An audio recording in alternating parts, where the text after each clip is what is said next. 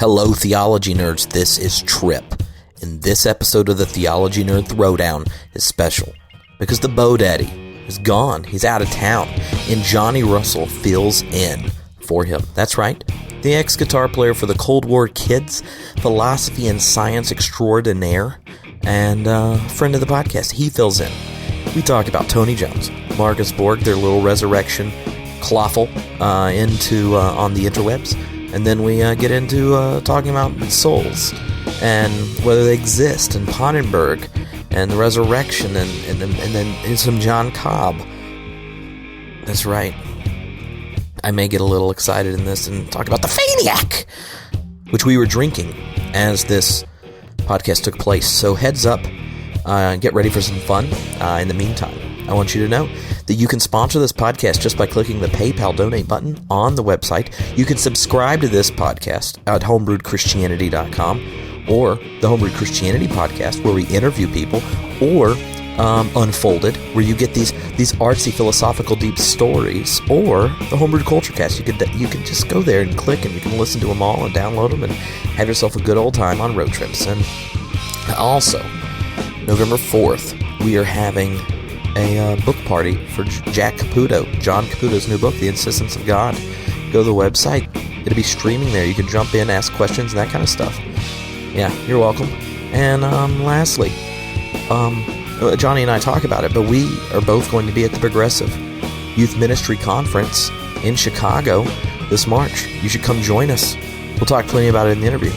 But for now, Homebrewed Christianity Deacons, it's time to nerd out with your geek out Trip and Jonnie in the Batcave, the Homebrewed Christianity Headquarters, and Redondo Beach.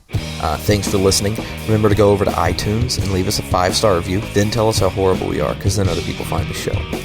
And click any Amazon link on the website, and then you buy stuff, and then we get a percentage of it. You don't do anything different, except it helps us pay for this. And while you're sitting there listening to this, just take a big deep breath, because the BoDaddy was not guiding this conversation. And I think Jonnie and I did a decent job without it, but there's just something about that tattooed teddy bear that's 6'3", and he intimidates me into staying on topic. Anyway, Bo, you were missed. We want you to come back so that we can have a three-way. Jonnie, Bo, and Trip. All right, here you go. Theology Nerd Throwdown. Boom.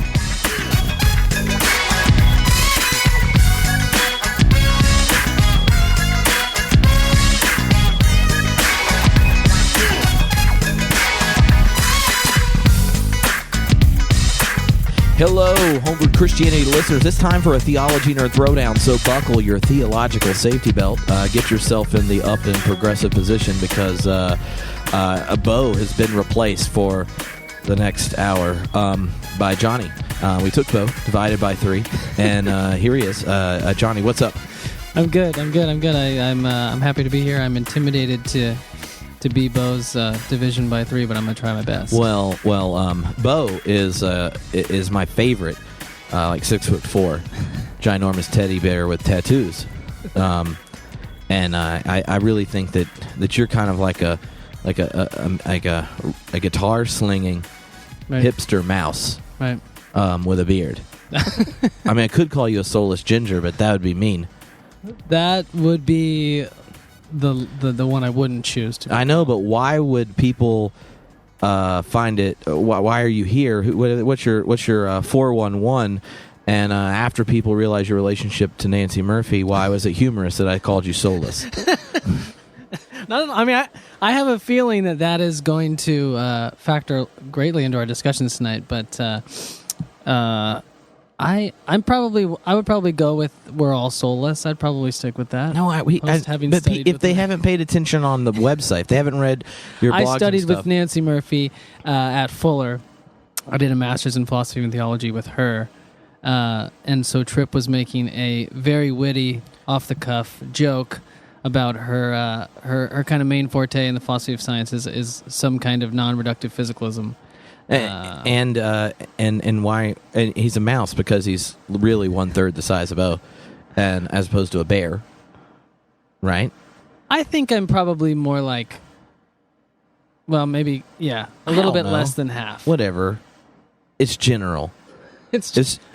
Generally speaking, 1/3 is probably a safe bet. We're not scientists. I'm just saying. If I ran into you in a dark alley, right, I would think, well, I'm going to survive this encounter. I hope he just doesn't have a gun. If I was with Bo, that's the other way around. I hope I have 2 guns with BoDaddy. Yeah, that's what great. Bo's he's like, but I'm a pacifist, man. I'm a pacifist. Trip. Not with those tats. I know. And that mug. That's good. That's a good point. Maybe every pacifist should get really gnarly tattoos. Then no one ever wants to pick a fight with them. Never have to prove it. Yeah. That's why Bo's so. Yeah, he just doesn't want to have to prove it. All right. Well, we had a little excursus, boil over. I'm working on popping Johnny's cherry tonight when it comes to home brewing. And we're making a Belgian triple using yeast from the brewery. Shout out Brian White for hooking us up. And we are currently drinking a brand new keg of the Faniac. Oh, wait, what was that? John Cobb? Faniac! John Cobb! All right, so going back into the podcast, you had mentioned that your dad is a New Testament professor. Yeah, I was given my bio. And you've kind of so kind of to the religious world you grew up in, and then you became a rock star and made this weird decision to go back into school as opposed to being one. So I grew up in probably what you'd think of as a centrist evangelical type environment. Parents were academics, but they probably still fit squarely in the kind of evangelical world. So I grew up in that world, went to college and studied philosophy at a Christian school, so interested. Of course, the philosophy was always geared around Christian theology. And then I started a band as I was graduating, had plans for it to be a hobby, and it became a career for 7 years. And as I was doing that, I was, to put it in context, I was dead set on studying philosophy as I was knee deep in, grad school PhD applications for philosophy programs, trying to do the whole thing as the band started. So it was always, an aspect of.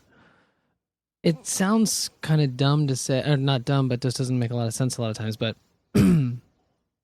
my interest in philosophy and music have always been two sides of the same coin. Uh-huh. I get jazzed in music, reading theology and philosophy that's probably the ultimate over nerdizing the conversation. But so it was always, those things were always kind of went together, and I decided to kind of return to the academic thing a couple of years ago. But so we toured a lot. I was in a band called Cold War Kids.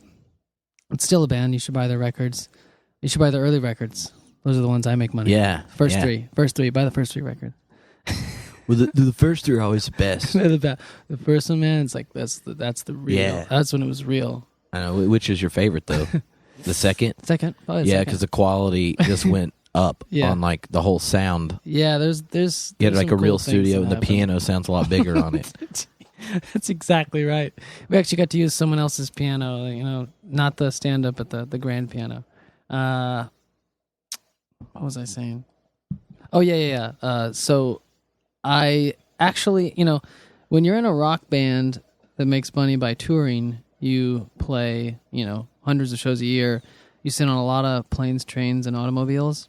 Uh-huh. And I was like, I'm going to see if I can get credit for reading these books that I'm sitting here reading, and lo and behold, Fuller lets you do half to 2/3 of your degree online. So I spent the last year and a half in the rock band getting half my way towards a master's. That's what most people do on tour, right? Yeah, that was my banging thing. the books hard. Yeah.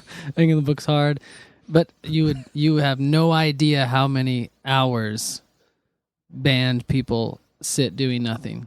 So the fact that I spent 3 of those reading a book made me, made it relatively productive time. Well, So you start this degree online, and you finish up at Fuller for your master's, and now you and I, because I forgot to mention this at the beginning, this episode is sponsored by the Progressive Youth Ministry Conference, Fresh Voice, Radical Ideas. JOPA group style. Yeah, JOPA group style. It's rad. So if you like youth things, or you have high school and college kids that are in leadership and youth stuff, you should bring them out to Chicago, March 19th to March 21st, 2014, to Fourth Presbyterian Church, Chicago, and you'll be able to learn things about youth ministry. Here's the thing. I've gone to a lot of youth ministry conference, and I used to get invited and paid really, really well to speak at youth ministry conferences, and then they found out I like the gays, believed in global warming, and am not the world's greatest fan of free market capitalism. Uninvited. Somehow. Disinvited. You don't get invited back to speak. And even when I went to them as just a youth minister, the only thing after a few years of religion classes that I could keep were the games. The rest of it, like the gospel that they were trying to get the youth to respond to, and the culture they wanted to create in the youth group was just painstakingly, it was like chewing glass for Jesus. And so I'm excited about this conference for the purpose that you're going to get together with a whole bunch of Christians. And by the way, people that like to give Tony Jones shit, you should just go look at the people speaking. It's an extremely diverse group of people. He's put a lot of effort into not only being progressive in the sense that people that believe in global warming and don't hate gay people, but there's a diverse when it comes to the religious tradition the progressiveness comes out of, the gender, race, sexual identity. We even have they just announced that the professor at Azusa, who is transgender and got fired, is going to be coming there. And if you have ever been a campus minister like me, or spent much time on college campuses in Christian circles, there are a lot of people that's where shitty youth ministry blossoms. Yeah. If you had your religious identity reinforced against the identity, your created identity, then there's a lot of religious baggage there. Gets worked out in college. So there's a lot of reasons I think to go there, but the most exciting to me is that it's going to be a Progressive Youth Ministry Conference where we can actually talk about how progressive theology can articulate a living and life-giving gospel, and not sneak out on the back and go hang out with a few rebels at the conference. It seems like people in that context are usually, like you were saying, you're always at a conference where you are on the fringe, and it almost like that typifies the ministry in general. The way they think about the things they learn about youth ministry, they're always having to kind of twerk it, or, make it. Miley style. Tweak it or twerk it. That word needs to die. That's one thing to say. If someone hashtags twerk, you're not my friend anymore. Oh, no. But yeah, the fact that there's a conference based around where that's kind of the, as loose of a term as that is, that's the center idea where youth ministers aren't having to, alone in a room in a church office, try to find a way to tweak what they've learned about youth ministry from the conferences that don't think that way, are actually going to be in a community where they can actually do that in the center of the focus. That's rad to me. Yes, and look, the idea that you're going to be in Chicago for 3 days with cool people is exciting enough. But see, Jonnie and I really want you to come hang out with us, and so there are two extra reasons. Number one, you should join the Homebrewed Christianity Deacon Craft Brewery Tour. Yeah, you should. Boom. If you were trying to decide to go to a conference and then you thought, I'm going to go, Trip and Jonnie, we're going to go around and go to craft breweries in Chicago, and they're good ones. Really good ones. Really good ones. Stephen Keating, a deacon who's now leaving Chicago for New York and won't be there, sadly, when we're there, he and I did some ground game last time I was in Chicago.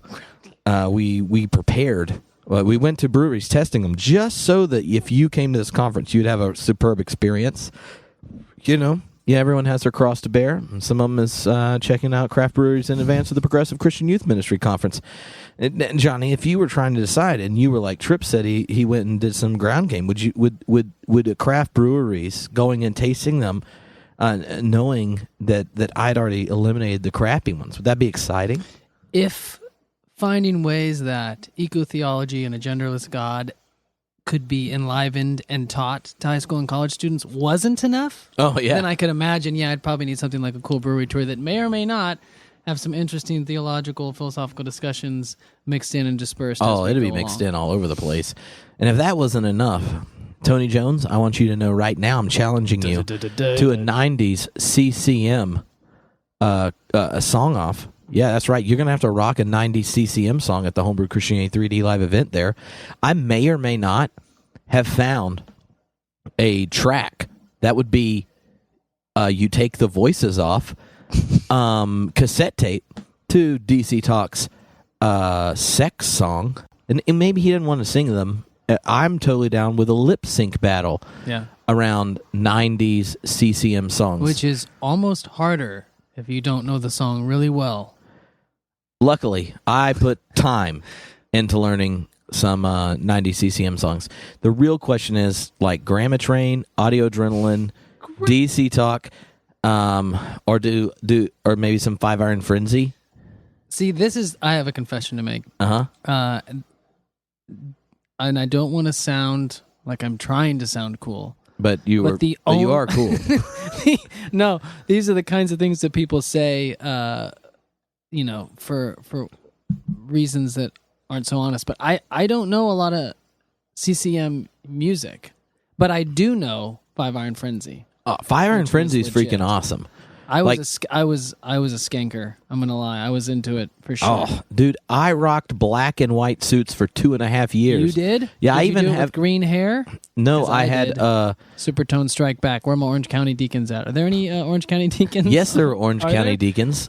Clearly, I even have a thin black checkered tie in my closet, and I have black and white wingtip Doc Martens. I've had 7 pairs of them in my life. Were I've worn the them Orange out. County Supertones national? Did you know? Oh, yeah. Oh, yeah. Yes. Those are my boys. That was it. That was Supertone Strike Back, son.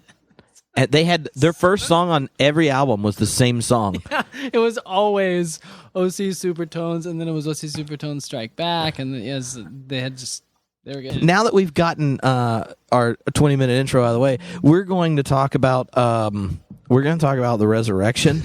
We're going to talk about souls and Small stuff. whether or Small not stakes here whether or not they're real, and and what that means for what the resurrection could or could not be, and what it could or could not do. Yeah, and basically we're going to witness to Tony Jones. Since he's already put on the website that we're coming to his event, we're now going to help him become a true progressive by giving him eschatologically assertive yet non-materialist reductionist accounts of the material and breaking of the new creation. So that is what is going to happen. So Jonnie, Philip Clayton and I just finished up High Gravity, a 6-week series on religion and science, and it just so happened that Marcus Borg and Tony Jones getting this little squabble about the resurrection. It was perfect timing. It was good probably for their blog hits as well. Because Marcus Borg is he just became a blogger at Patheos, right? Patheos. Oh, see. Deborah Arca, you're listening. She runs the Progressive Christian channel. Right. I'm just giving you a shout out for scoring Marcus Borg. Yeah, that's pretty sweet. You won. Yeah. Now you should tell him to come back on the podcast again. Just saying. All right, go ahead. No. So that's just his kind of inaugural week was pretty tumultuous in that there was some Tony re-reared his materialist resurrection is necessary head. Which materialist? That's the word that we'll probably get at this. Whatever that means. All right, so hot button. All right, Jonnie. So your dad's a New Testament professor. You hang out in evangelical circles. Yeah, I'm gonna. What are evangelicals hung up on when we start talking about the resurrection? Because I will just say that as a more progressive person, when I was reading both Marcus and Tony's blog post, let's go with ToJo just to make it easier. ToJo. When ToJo's blog post about the resurrection, I was sitting there thinking that they're, number one, talking past each other. Number two, the important questions I would want to ask both of them weren't getting asked. And number three, they were both repeating a battle they've probably had 1,000,000 times with other people. Oh yeah, That's how I read it, and it's funny because I mean I'm friends with Tony, but Marcus has spoke at events and I've paid him money and hung out with him, and so I like both of them. Yeah.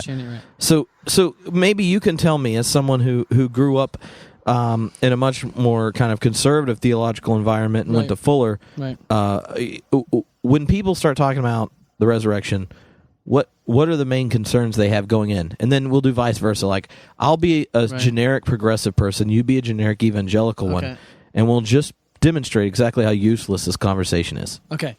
So, well, and I can't say that this is Tony's dog in the fight. I think he's got a better dog in the fight. I know, but we're going to essentialize both of them hyperbolically so that we can get around to making our point. On polls, we are just polarizing this discussion so that we can find. Well, you're not a ToJo. Right. You're currently just you're talking about the evangelical inheritance around the conversation. Okay. So this is the same thing that probably would have come up in the high gravity session when Phil kind of came around to his what for an evangelical would sound like an admission. But I think the dog in the fight for the evangelical with the necessity of the bodily resurrection, which there's some weird odd things here, right? Because and this will come up later. Because as someone who's trying to be a monist, by which I mean we are just one thing, I think I have totally different reasons for being on the side of thinking like this has got to be a bodily thing. But that'll come up later. But for the general evangelical mind, I think when they think about the effect, what is effected in the death and resurrection of Jesus, there's just this assumption that and again, we are totally essentializing. You're going to really have to stop apologizing for essentializing. If we were worried about that, then the podcast wouldn't exist. Like my theory is there's an episode every week, and eventually we'll apologize when people call in and complain, or we'll just interview the person. This is going to get annoying if I keep doing that. Yeah. So everyone knows that Jonnie is a straight white male with privileged education, and he plays guitar. He had a nerdy family. And he got more nerdy and plays guitar, and he and his wife have a lot of critters they take care of. He's indie chic. He cares for the environment. They like picking herbs and caring for chickens. He's crunchalicious, hipster, lovey-dovey, and you'll like him when you hang out with him. Right. And he's only speaking for himself. All right, there you go. No, I'm actually speaking not for myself when I'm trying to. No, you're just attempting to do your best. I'm trying to do my best to talk about where that person that has having that guttural reaction to say that this has to be a physical death, a physical resurrection, and an ascension. Okay, I think what it is it's atonement theologies. I mean, that's the obvious thing. That some sense of that the substitutionary atonement or something like that necessitates. It obviously necessitates the death, the brutal, death. But Jesus is being King, Lord, lordship, all these things, and this is getting into real conservative evangelicalism, this lordship salvation thing. I think there's just an assumption that his continued existence forever and ever is not the revivification of this dead body, but the glorified body. The one we're going to have someday. And I don't know if there's one simple reason that evangelicals go there, but that's just kind of a knee-jerk, right? I mean, if it's real, it's real. So I'm going to make sweeping generalizations, and you tell me if they're 70% accurate or not. Okay, all right, so I think evangelicals get hung up on the physical nature of the resurrection because evangelicalism was a response to Enlightenment readings of Scripture. Yes. And that as historical criticism and as the scientific method and common awareness of natural laws and Hume's definition of miracles became the cultural norm, then to the idea that the resurrection was a giant break with the very laws and assumptions that gave us the best access to truth in science and history and any other time we're talking about truth. If the resurrection's a break with that, then it became embarrassing for progressives, and Christianity is under attack for more evangelicals. So the fundamentalist response is, to come up with these fundamentals of things you really believe, right. And they are not the central tenets of Jesus' teaching, or they're not eschatologically shaped affirmations of the resurrection. It's the physical resurrection and the virgin conception and things like that. It's the places that a scientist would freak out, or the historian might call into question. And then evangelicalism, once it was no longer, it became under threat. Because of the growth of religious diversity, it was no longer the dominant discourse in the United States, or they at least think that. Then evangelicals, in wanting to hold their faith dear for the experiences and all the great things that are there, their real relationship with God and the experience in the Spirit, to affirm the reality of what they were experiencing, it got connected to affirming these things fundamentalists thought were essential to the faith. Right. And so you have whole industries around proving things that we don't see were that big of an interest to in the New Testament. Right? Like, it was okay to put in canon multiple different versions of how the resurrection account. Jesus could go through walls in some and eat in others, and maybe do both at the same time. Right. He ascends sometimes, like resurrections on different days. All these kinds of things vary in the text, but the Enlightenment focused it on this weird idea, like, if there was a camera there, what would have happened? Right, and I think you're right that that's the reaction. Again, I think that the contemporary arguments for it, it's kind of like, why does the average evangelical think it's necessary, is so often different, and not something I could probably even capture from, maybe the arguments that an evangelical theologian or philosophical theologian would try to muster now, So I think you're right about the historical thing. There's something there that is as much a reaction or a defense against maybe what we would call a scientific reading of the biblical narratives. But you spent time studying religion and science, right? And are wanting to affirm more than Borg was affirming. Yeah. So maybe you can say, as someone who Fuller's kind of the premier evangelical seminary, Nancy Murphy is like everyone's favorite kind of religion science evangelical. Right. Person, and plenty of people have read her kind of Beyond the Boundaries book on religion, fundamentalism and liberalism. That book that's Beyond Liberalism and Fundamentalism. Yeah. That really ugly color green that they decided to put the book in. I really feel like if they had a sweet logo, that book would have sold more. It's like one of those 90s academic print. It looks like, what is that? I'm not reading it unless I have to for class. Yeah, and it's actually a wonderful book. It's great. No, Bo said it changed his life. So I heard you're thoroughly evangelical and have been part of that community, and yet you've studied science in that environment and stuff, and you're wanting to say more than Borg and aren't hung up on the same things evangelicals are. So when you overhear this conversation between Borg and Tony, right, what parts of it start freaking you out? What are they hung up on you? I would want to say that I'm not thoroughly evangelical. Okay, but it's all right. I'm probably not in a lot of ways, but no. The thing, you were bred that way. Yes, that's where I came from, and maybe Nancy would say, you never really can leave that. I think she would probably want to qualify where she fits in that too. And I found out that that's actually one of the biggest complaints about a lot of progressives that come up from evangelicals. Right. They find out that they still pray all the time and read the Bible, and they really are excited about what they believe is true. Yeah. And then lifelong progressives just get uncomfortable. Yeah, I think that's probably the thing that makes a lot of of the progressives that have come from evangelicalism find that is the thing that they're less comfortable about or would make more, this is where I came from, progressives, less than comfortable. But so here's my thought.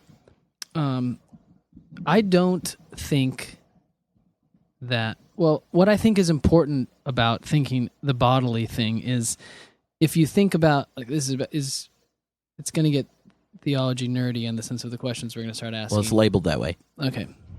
When we start thinking about Jesus as the God-man, if he is fully human, and if I do not believe that you can be a full human without being embodied, then in what way can Jesus be the resurrected God-man, therefore the first fruits of what the new creation will be like, without having the physicality that is inherent to being humanity, old or new? Does that make sense? And so the way you phrased it, so for a nerd that's listening, especially progressive, they just heard Jonnie say two things. One, he has not backed down on a robust affirmation of the incarnation.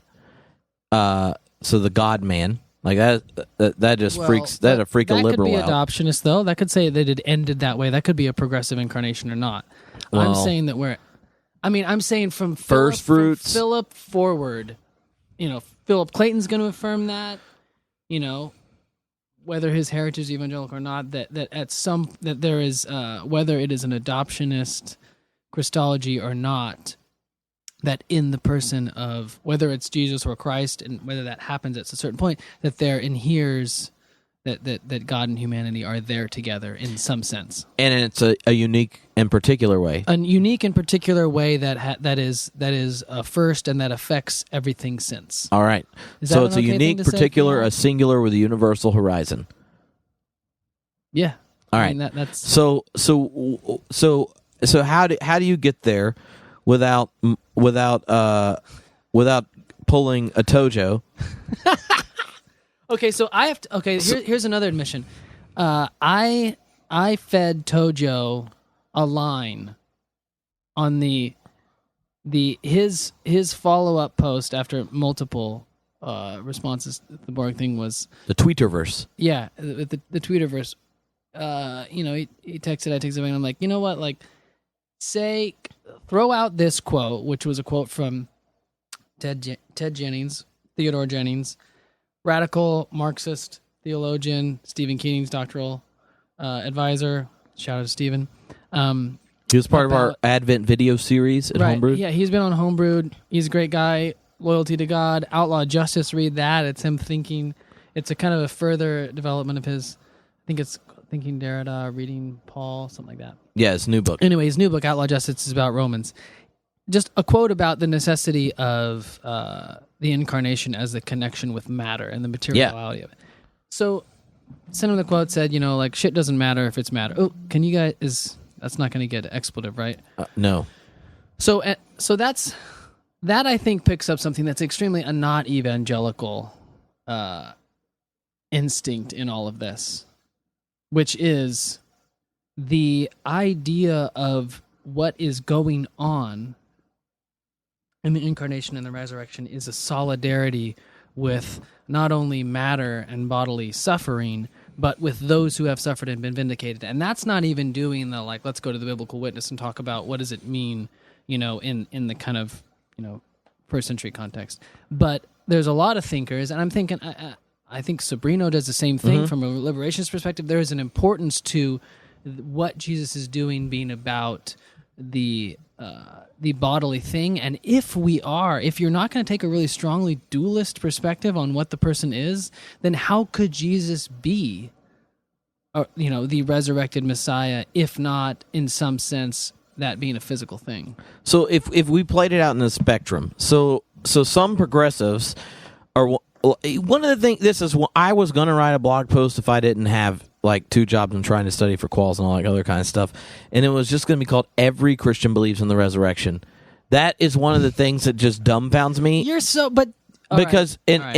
why, because the resurrection is the thing that Christians kind of center whatever their thing is. Right. Rudolf Bultmann believes in the resurrection. Now, some people will say he's not affirming it, Right.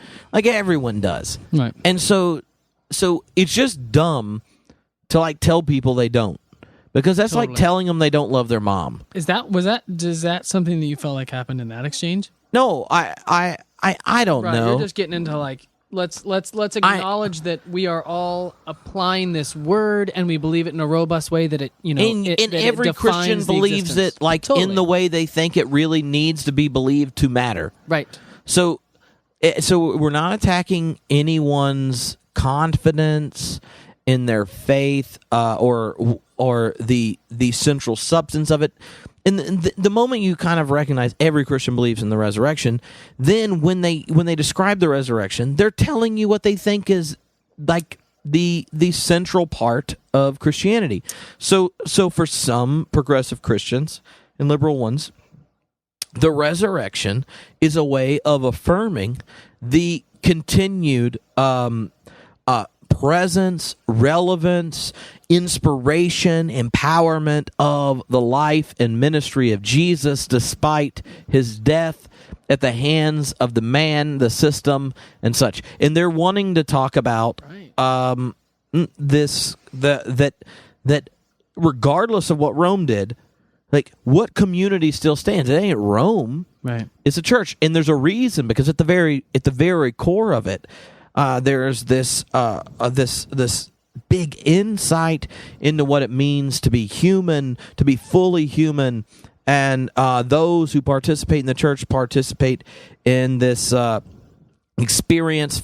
Schleiermacher will call it the God consciousness that Jesus opened up and shared, and so. The resurrection is a way of saying that humans in the church community are bound to this unique story, insight, encouragement, affirmation of both themselves and the goal for the world. And then some progressives will take it like another step further, that the resurrection is a way of uniquely pointing to the morally exemplar nature of Jesus' life, the message of the kingdom of God, that Jesus is raised above other humans in the resurrection, or at least within the Christian community, as the image, the example, of what life should be. And which doesn't necessitate. I mean, resurrection meaning you should live and die like he does. Right. That's the extent of. That, right? Yes, the story. But if that's what, so if but that kind of collapses. But if you're a Christian, one, right? They're similar, because both of them don't require there to be a real God that did anything real in Jesus, right? But if religion is a very refined way in which humans tradition what it means to be human, and that the absence of those traditions is a shallower life, right? Then you believe in the resurrection in any way it was ever true. But it's just there was never really a God and the supernatural and demons and shit. It's just people used to think it.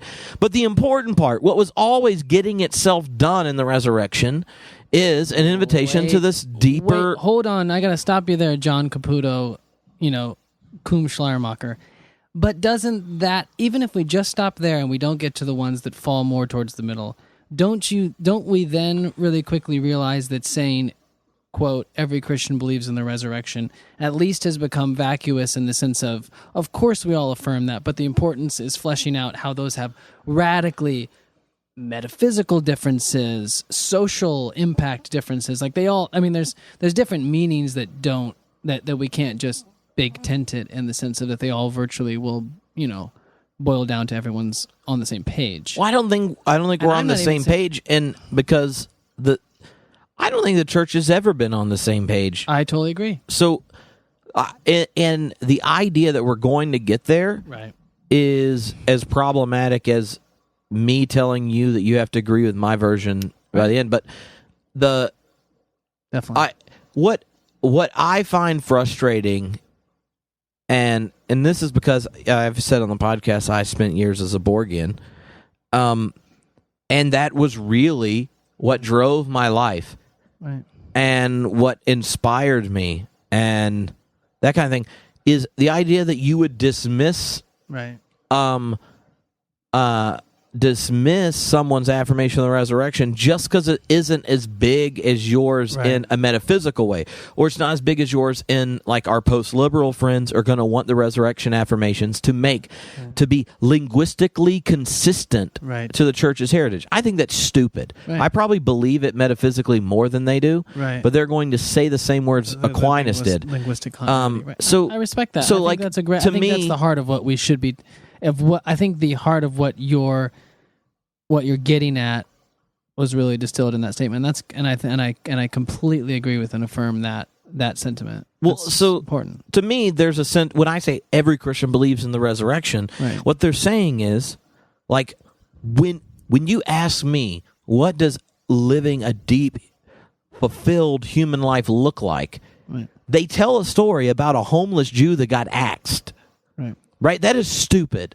I'm just telling you, if your life expectancy is 30 years and your ass gets axed by the empire and you didn't have a very good relationship with your family because they thought you were crazy, you went around collecting the nobodies, outcasts, and downtrodden, you can't even fit in with the religious people of your own religious community, you don't even have a place to lay your head, you can't even outdo a fox, and...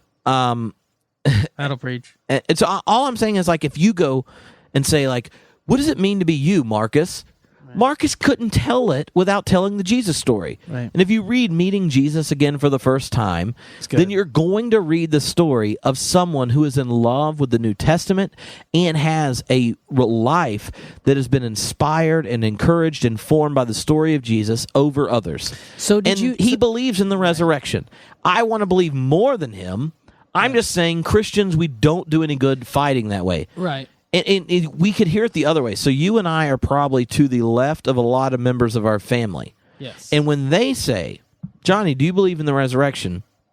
Or Tripp, do you believe in the resurrection? My reply is, I asked for sunrise service. I want sunrise service. I'm going to preach the crap out of it. And yes, I do. It is an affirmation that motivates my life. And then they're like, what do you mean by it? And you ask them what they mean by it. When you're not having a debate if you're talking to a Christian, you're opening up the heart of your faith, the heart of who you are. And only Christians believe in the resurrection, because when they tell you about the resurrection, they're telling you about the unique form of their faith.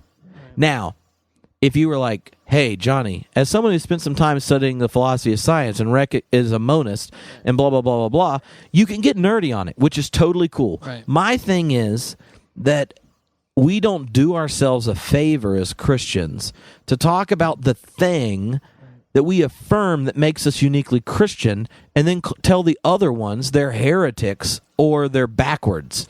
And so did you read this? Do you read this exchange like that? Or do you read, I mean, because that seems I mean, I couldn't agree. I mean, I'm jiving with everything you've said, in the deepest way. I guess I'm just wondering, is there a conversation then something that we should just simply qualify and say, like, look, this is a nerd conversation? No. I just think they were rehearsing conversations they had with. So in my mind, here's what I'm thinking. I mean, that was a rehearsal of the conversation that Borg has been having with N.T. Wright. If you told me, imagine a blog conversation between Marcus Borg and Tony Jones on the resurrection, I could have wrote all their blog posts, right? So, and the third or fourth where it's like, what am I missing or whatever. Yeah. That's a great question. Right. And when you answer the question, what am I missing when I talk about the resurrection this way, you're saying what that is essential to your identity, your relationship, your experience with the Spirit of God, Christ, and stuff now that I'm not affirming when I talk this way. Okay. So that's fantastic. So Tony says to Marcus, I want to know if all those who have borne crosses in history have the same future that Jesus, who died cross dead, has. It's a Moltmann question. Moltmann. It's a suffering question. He wants to know if you are one of the people strung up on the crosses of history, if you have a future in God, And he wants to be able to say yes because God gave cross-dead Jesus a future. It's an eschatological question of the suffering and the vindication. Right. Question. Yeah, right. And now, if you were to ask, if Borg replied, that is a very passionate and beautiful affirmation, where does that, how does that affirmation apply to your life? And Tony says, that's why I care about our relationship to creation. I'm involved in my kids' school's environmental stewardship projects. Right. It's why I'm a part of the church I am, because at our church we don't center around one person's discourse but all the different people's discourse, because the way multiple different voices testify to their experience of Christ enriches our experience of the risen Christ. Right. It's why we worked very hard in Emergent to continue to invite different voices that have given their life to thinking critically about their faith to have our theological conversations every year, because we want people who have been asking questions and tormented by them all their life sharing with us the depths of that story. It's why I care deeply about economic justice for the poor in my own country. It's why I'm an advocate for our lesbian, gay, transgender, bisexual brothers and sisters. It's why I do all these things, because God has testified in the risen Christ that those that are pushed out of the margins in our society onto crosses, physical and metaphorical, have a future in God, that the one that is redeeming me, so therefore to be Christian is to stand with them. Now, if what is motivating it is Tony's unique affirmation. Now, Borg would then say, if they asked, what does it mean in the material existence of your life? He would say, my language sounds different, but I want to tell you, why is it for me as a Christian and my wife, who's an Anglican rector, why is it that we care about the poor, our gay and lesbian, transgender, bisexual brothers and sisters? Why is it we care about environmental justice? Why is it that we are advocating very different military and economic policies? He would say, because he is risen. Right. And he is risen indeed. So to me, I love all the nerdy questions about the resurrection. I just think it's really dumb for Christians to argue about the nerd side and then not get to the embodied existence questions. Right. And one of the interesting things for me is that I've seen both Tony and Marcus, when talking to people they assume have something similar to them, they will have zero interest in explaining. Right.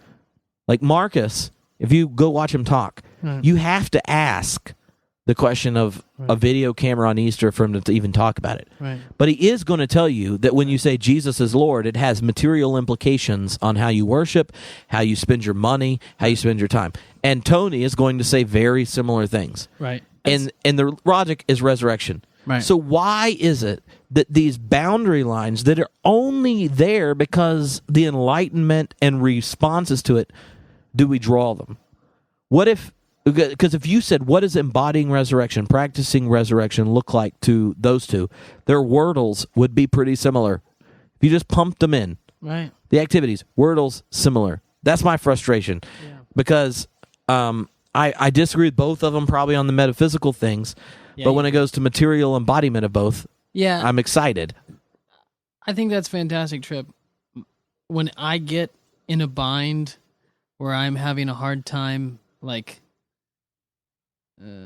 doing the right thing, for lack of a better phrase, and my wife says, practice resurrection, I feel everything you're saying in the sense of that the enactment of what we're doing there is what's important.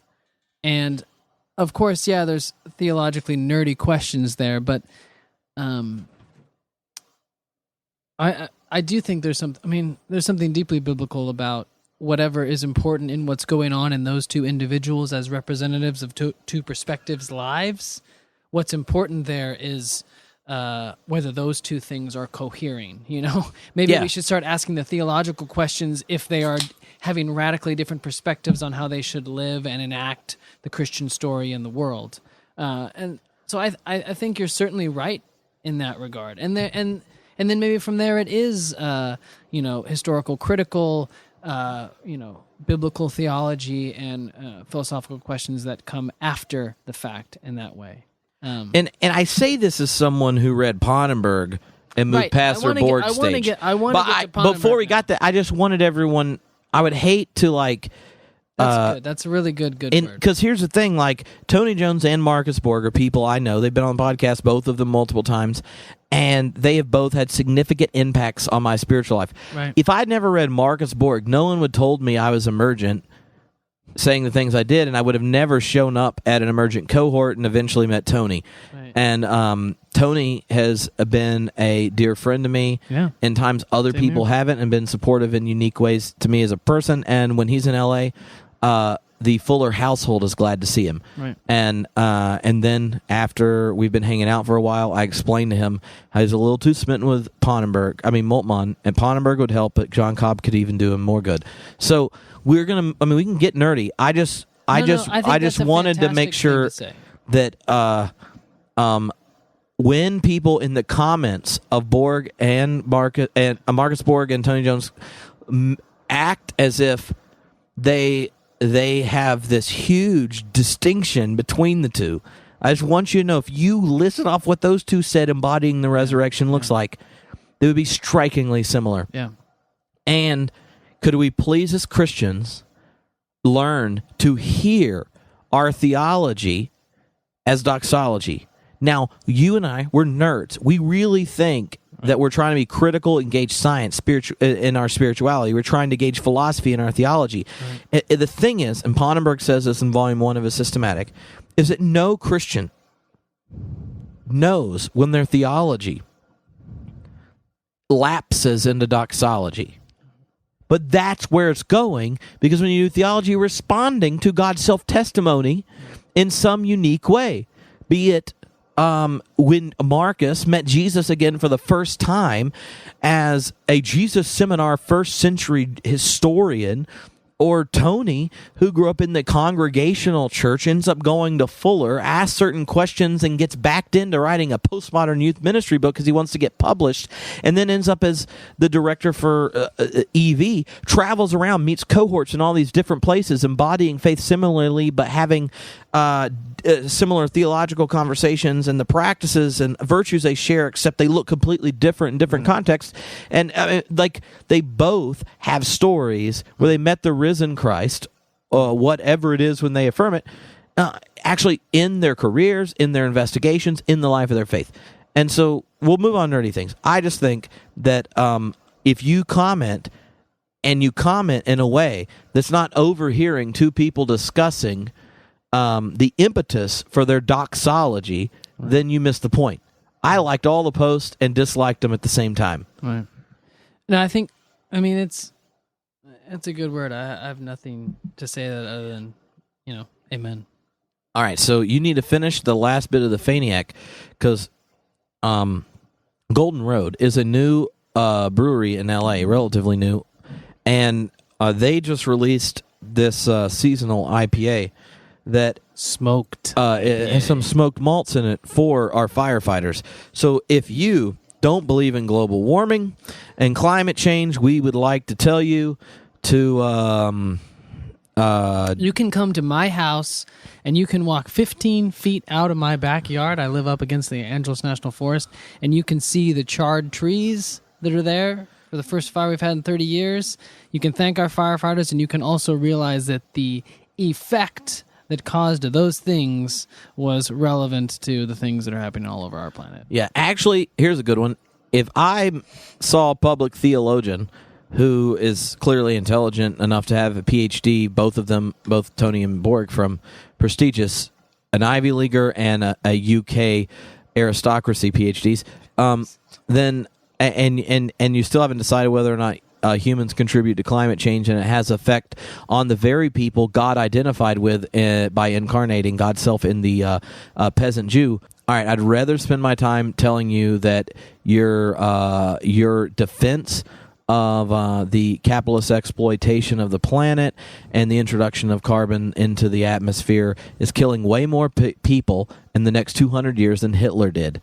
So chew on that ethically, and now we're moving on. We're at like 460. Is that the new number that we passed Did you no, that was on the air blowing off of China. Yeah. What? So it's not like that's coming from a city. That junk is just what's happening away from cities. So anyway, just go to 350.org if you're interested, and if you're not, don't have children because your grandkids are screwed. All right. Okay, I had a point at which to jump in to Pannenberg. Okay. All right. To the nerdy, not that it matters for our community and love and mutual fellowship. Trip, when you think about what your and Philip's Pannenberg means to this discussion, what does he do for you that pushed you beyond the Borgian response? The response of the presence in a unique way, but... Yeah, so here's the thing. Borg is the one that talked a conservative person who doubted the existence of God and stuff into putting themselves physically in places where they met Jesus, where he said he would be. Like when you fed, water, prison, all that stuff. When you with the least of these, yeah, and for me, uniquely, it was like particular experiences where it happened.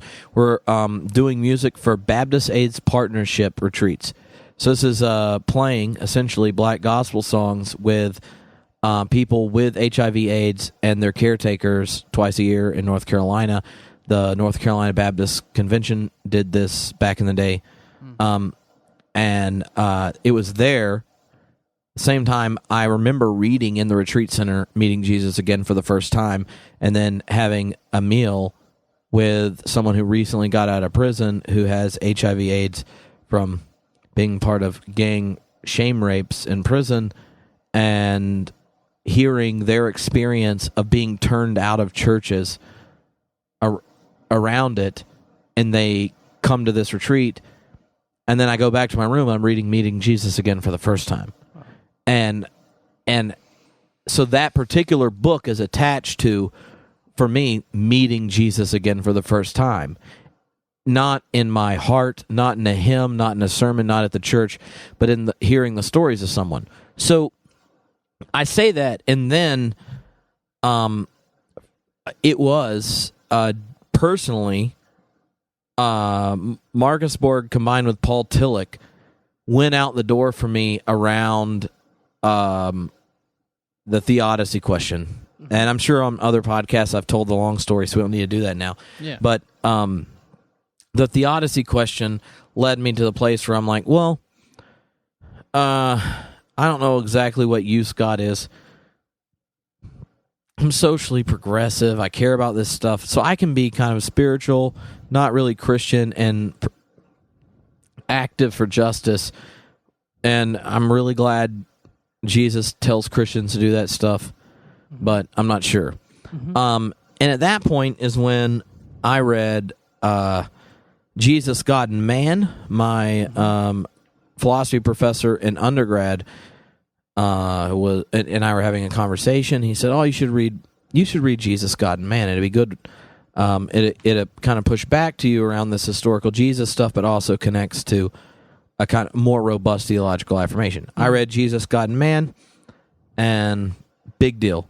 I read that book and Charles Hartshorn's Omnipotence and Other Theological Mistakes, basically in the same year. And so Pannenberg and Process showed up.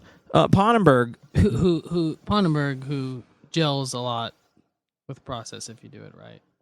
Pannenberg who converses with it a bit, right? Yes, he does. Early Pannenberg and Process are great. Cobb and him both spent time with each other at respective schools. They're friends. So nerd moment of life. Yeah. When John Cobb pulls out the Christmas card from the Pannenbergs to him and Gene. That's already the nerd. Wait, you're away from the mic. From the Pannenbergs? Yeah, so he tells me about getting his Pannenberg Christmas card when I'm explaining to him that I said, by the way, don't ever do this to someone, but just say, like, last night I had this dream that me and you and Pannenberg were talking. It was to John Cobb. I've decided that no longer am I going to, even if it is true, I'm not going to tell famous people I'm not friends with yet that I had a dream about them. Even if it was discussing the nature, the metaphysical nature of God's introduction of possibilities into the previous actuality. There's a different way that Pannenberg does it than Process does. Anyway, so for me, when I read Jesus, God, Man, here's what Pannenberg does, and I'll just kind of summarize it, and then you can see whatever you're interested in. Yeah, Pannenberg does this. I'm going to pause the nerd train and ask the questions that maybe people. Yeah. So Pannenberg does this. He reads all the New Testament. Pannenberg is the expert in anything he does, and I've had two professors. Is like, yeah, I've had two professors that were his, kind of prize students at the time, all say that the man is a machine, a beast, and both of them have comprehension, recall, and page consumption a day things that blow my mind. And I rarely meet someone that remembers and reads more pages than me when it goes to things I'm interested in. And E. Frank Tupper and Philip Clayton, both brilliant, and they were Pannenberg students. So they tell me about Pannenberg, and they said, well, here's the thing about Pannenberg. It's his greatest strength and weakness is he took no one's word for it. So when he writes as part of writing Revelation as history and with three other people, and this new idea comes out on the scene, and he's working on his first Christology, young in the career, big deal in theology circles and stuff. He literally goes through and reads everything about the historical Jesus because he's not going to trust 3 or 4 people summarizing it and things like most scholars do for fields that aren't their own. He knows all the languages and is going to read everything and chase it down. So in Jesus, God, and Man, he's building a case that the resurrection, to understand it, you have to understand it in its historical context. So the resurrection is an affirmation that's not generic. It's an apocalyptic Jewish affirmation. And it's actually spoken differently than all the other resurrection affirmations in apocalyptic Judaism. Why? Let's look at the differences and look at what's getting done in apocalyptic Judaism. And he ends up working it and making a case that what is happening in the affirmations of the resurrection, Paul is testifying to the experience of new creation in the resurrected Christ, made personal, and of course in his own conversion experience, and that the Gospels themselves are attempting to narrate the inbreaking of new creation in the resurrection stories.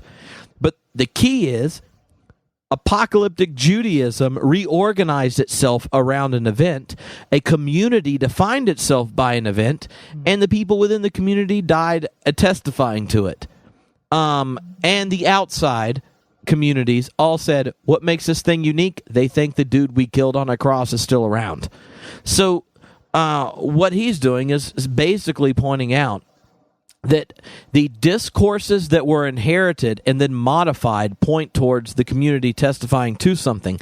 And then he says, as a Bardian, Pannenberg was a student of art and then quit, says, what if what they're testifying to is God's self-testimony, but the God's self-testimony comes in history? Why, Pannenberg, would it come in history?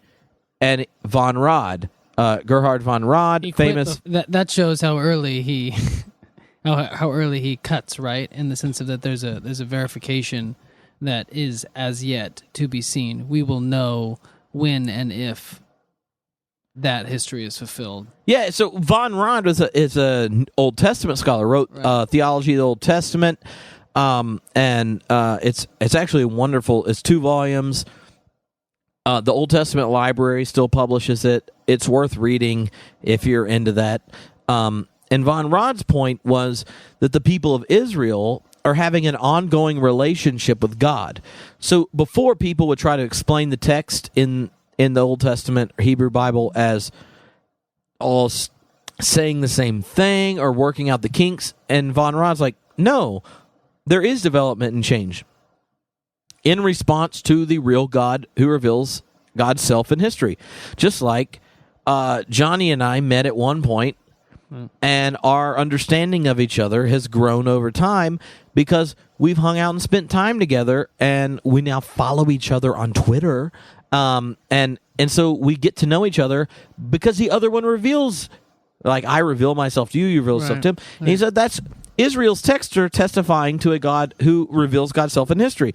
And if the hinge of history, as Christians testify to, is the resurrection, and it comes in the context and linguistic system of apocalyptic Judaism, then it is actually essential for Christianity, and that the discourse of Christian theology is eschatology. Barth says stuff like that. Bultmann says stuff like that. And Pannenberg. Pannenberg's thing is, no one has knowledge that's not contextualized. What if you tell me something really intimate about Jonnie, it's still Jonnie telling it to me today after having a couple really delicious IPAs I made that are and he's telling it to me with a mic that's on and other people might hear it. The context matters, and I'm only going to hear it because the things you've revealed to me about yourself, I've connected dots in my head of what I think that means. Right. I'm filling in the contours of you that then gives me a situation to hear it, and it will take you revealing things about yourself for me to change those contours. So the fact that you were telling me earlier you're not thoroughly evangelical, I was just crying because I'm just looking to have one thoroughly evangelical friend. And so Pannenberg saying, Bart, yes, theology should be done in response to God revealing God's self, but Bart, you're wrong when you think that the event of Revelation supplies both the ears, the form, and the content of the revelation. It's like God gives you ears so that God can tell you what God wants to tell you, and you completely understand what it is God's telling you. He goes, no, you realize you said ears, right? They're human. And humans hear things from where they stand. Right. Ears are not a giant universal receptacle. So in Pannenberg's context, he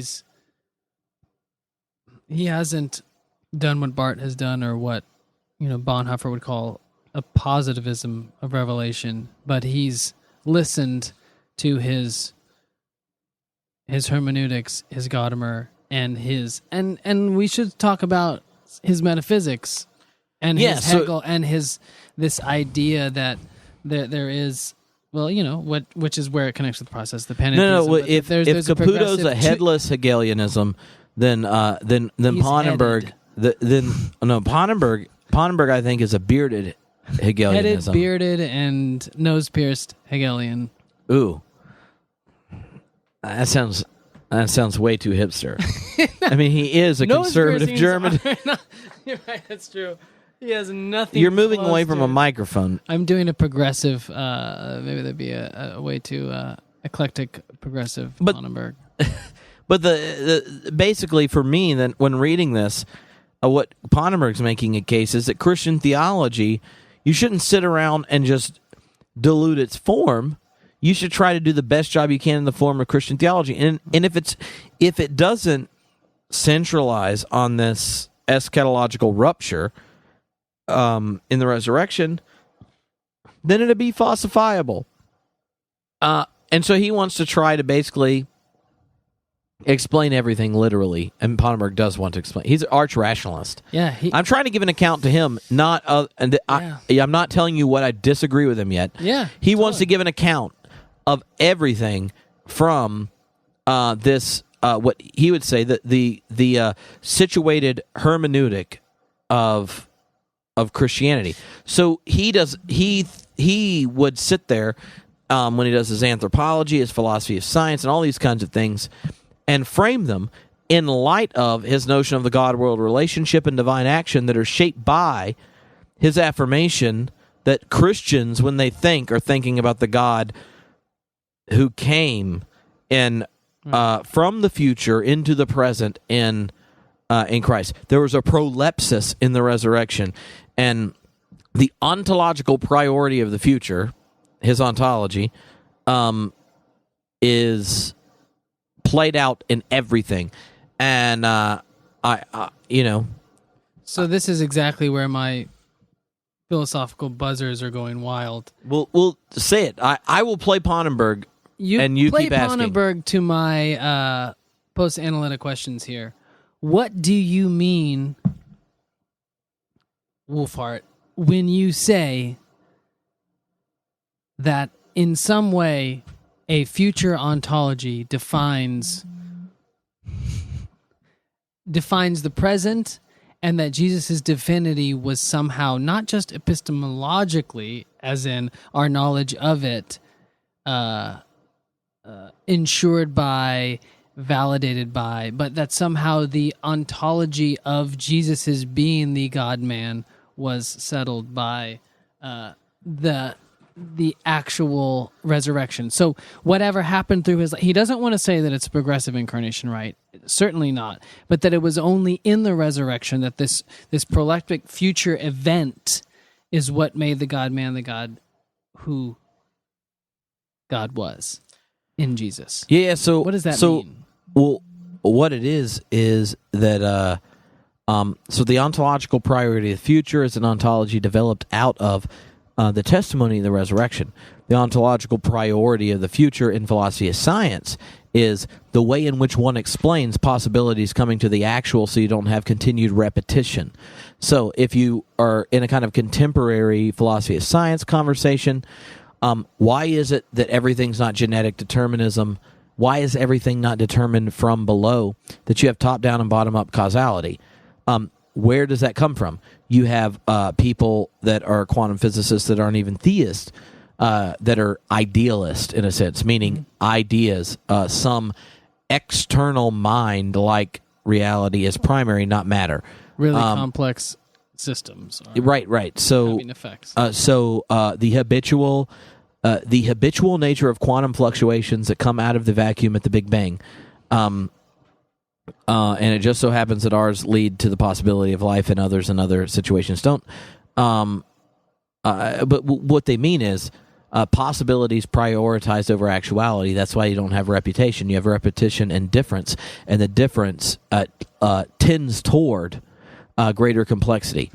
And Pannenberg is going to play this whole thing out and go, well, you explain to me possibility. Well, as a Christian, I'm going to explain it this way. And it comes to where possibilities come from is the future. So how do you explain teleological reality is from the future? What is it? When is the future revealed? In the resurrection. It's the ontological priority of the future. The difference between something like that and what Cobb is doing is that Cobb doesn't think that, as a process person, that possibility comes from some external eschatological reality that's being contextualized in the coming to of each moment, but that possibilities come from what could be eternal desires, forms, goals that then take shape. So like beauty takes shape, love takes shape, truth takes shape in a given context. For Pannenberg, what comes to it is the world's future. And so, like, just as your identity isn't determined until you're dead, the world's identity isn't determined until it ends, because the ending is the place in which identity gets determined. If tomorrow Jonnie goes nuts and gets a machine gun and lights up a bunch of Republicans for being assholes, and writes this like blog post tonight about how like you just hate Rush Limbaugh and he's Antichrist, and you quote some Bible verses, then when people talk about Jonnie later, they won't be saying, oh, he's the guitar player from Cold War kids that decided to do a master's in philosophy of science and shit.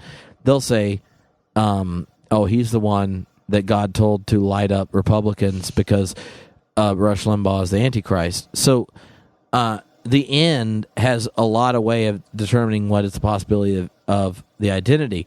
And so what Pannenberg's point is in the ontological priority of the future is that our endings determine the content of everything.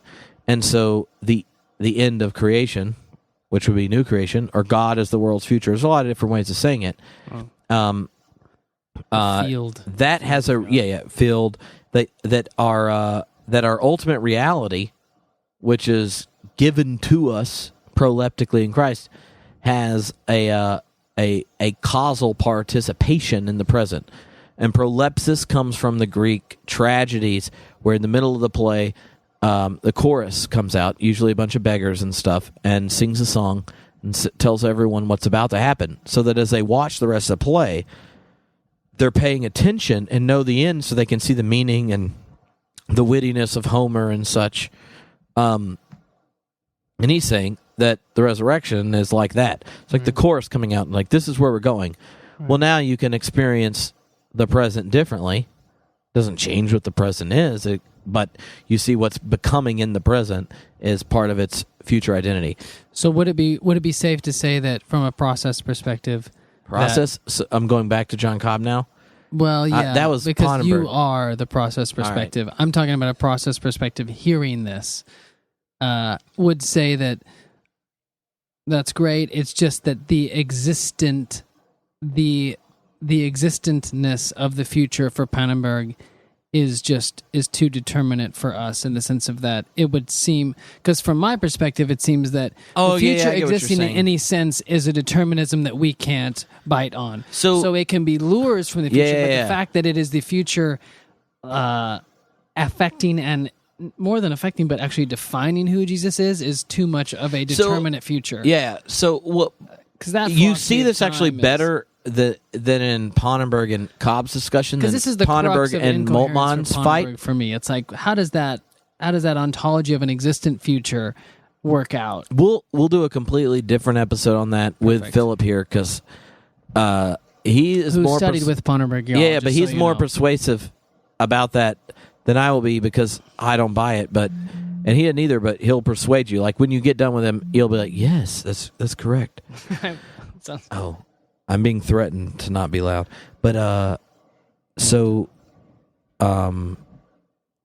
Cobb, when arguing with Moltmann, said to him once, "So when the sun if the sun swallows up the planet, or we destroy ourselves in a nuclear holocaust, how is God the world's future?" And Moltmann says, "Well, then God would stop that from happening." Right, and for you guys, process folk, that is... sorry. Bring it down. I'm sorry, Andrea. I apologize. We woke Elgin up. Elgin. I promise tons of Marvel Comics reading next time, Elgin. I'll make it up to you. For you and process folk, that indeterminacy, that potential for disaster must remain in place. I.e., you have to be radically non-Pannenberg followers, in the sense of that it is not determined by the future, but there is a hope of the future being the kind of the thing that has the effects of... that has good effects. Yeah, for me... But then your resurrection, then your incarnation and resurrection can't be Pannenberg's proleptic future. There can't be an actually existing future that makes Jesus who Jesus is from the future. So I imagine Pannenberg would say that you can know the future identity of Jesus and not know how that future identity is shared with the rest of creation. So I think that Pannenberg's like saying, we're gonna drive all the way to New York, but how we get there, we don't know. That we get there is assured. And that's something we can't say on Process Thought, right? There's no the assurance. Assurance is but we have multiple cosmos, right? So you guys are so. When Pannenberg, why do they call the speculative realists speculative realists? Why don't they call process folks the like ultra speculative realists? You guys are multiverse for days. Multiverse is a way of explaining the teleological intentionality and the quantum habits. It doesn't want to say there are habits and intentionality there. It's wanting to explain them away by offering a sheer plethora of universe. Right. Process is going to say there is intentionality in a universe, in the sense that a universe is a response to the lure of the other, the forms, God, or whatever way you want to talk about it. So, but like even in quantum physicists, just to point out, and if you don't understand this and you do care, you should. Can they sign up? Can they get those? They can download all of High Gravity now, the religious science class, just because. Just finished the last class. It's just important to recognize quantum physicists, even if they aren't Christian, Muslim, Jewish at all, right, are more likely to be an idealist in the sense that there is that then multiverse theory is a way of being a materialist and having a world that seems teleologically geared towards sentient life in some way. So this is a different podcast, but we're gonna have it. Yeah. So you dropped this in High Gravity that like, oh, it seems like these multiverse theories are tending towards an idealism, which is, I can imagine the amount of theorists that even think about multiverse being like idealism. Multiverse theorists are atheist materialists. That's the last word they want to use, Trip. Just admit that. They do not want to use any sort of multiverse idealism. Theorists are people that posit entire other universe without any actual data for it. Based on the numbers. Okay. Right.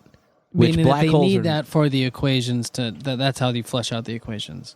Correct. So if you pick one of the 6 functioning mathematical models of quantum physics, the one that would necessitate the actual reality of alternative universes, for the simple point that you do not want to say that our universe tends towards habits of life, creativity, and increasing complexity, Theology, right? then to me, that is nuts. That's like Joe walking into a garage with his friend that runs a podcast, and 2 people have mics in front of their face talking about quantum physics and God, and he just wants to get beer out of a keg.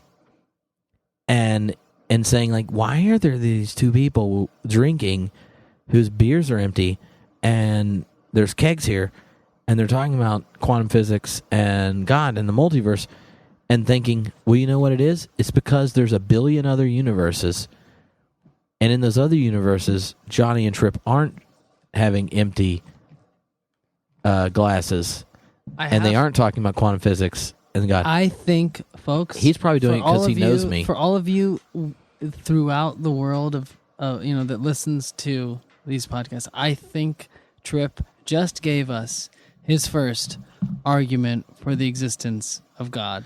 It involved kegs of beer. I think it involved kegs and beer. I think it involved multiverse, and I think it involved some processorial version of a fine-tuning argument. Is that right, Trip? Also, Joe, who literally is the instigation for Trip's philosophizing on whether God exists or not. Yeah, so here's the thing. Homebrewed Christianity deacons who... This is a appendix, right? We're already in the appendix, right? We may or may not have been incidentally recording for 2 hours. It's an hour and 45 here. We already had We gotta drive home. Yeah. We're going to end now, but we're going to pick this back up because... There's a lot. There's a lot to talk we haven't even got to Jonnie explaining his monism, and I have to run the last... monism. Your idealist monism. Oh. Look, life goes on, but we're going to drink some Faniac, and we're going to come back. But in the meantime... I don't even live on this side of Los Angeles. But you're going to come back because Tony Jones, after the sign-ups for the Progressive Christian Youth Ministry Conference, blows up. It's still going to be... Okay, I have to say, first of all, Trip will be, again, teaching us how Process provides an amazing way to instigate and enliven I was talking about my beer, not myself. The spiritual life of young people. I'm looking forward to hearing it because as an ex-college minister, I would like to hear some more. You were a college minister? Yes, dude. Okay, I didn't get to do that in my intro. You're a college minister, and second of all, I will not only be talking about aesthetics and theology, which I will have Trip included in a way that we can not only make aesthetics as part of this consumeristic thing we do as part of our service, but actually the way we actually go about doing theology. But I will actually be using Trip's falsetto, which nowadays, post-college band, only gets used for the most part in his intro to either doing his Faniac singing or not, or at a live event. He will actually have that falsetto, an acoustic guitar, and probably him playing some kind of synthesizer playing. I'm not sure if there'll be worship songs, which are things I'm afraid of, but he's less afraid of than me, which is a nice, weird inversion of our past. We will do something that relates to teaching a way to do worshipful life for young people. We're gonna do something. Black Gospel and Lamentations. Yeah, we're going to be doing some sort of way to talk about lament that includes and invigorates people to think spiritually about the words they're singing. And Did I tell you that my music group at church even came up with a way? We're going to be going through Lamentations in January and adding verses onto a lament thing just to use there. And it's genius. So January is I Have Bruises in My Soul month. There you go. All right. All right. Look, Johnny and I have to finish drinking. All right. We love you for who you are and encourage you to become who you can be. And in the meantime, keep your geek out while you nerd out.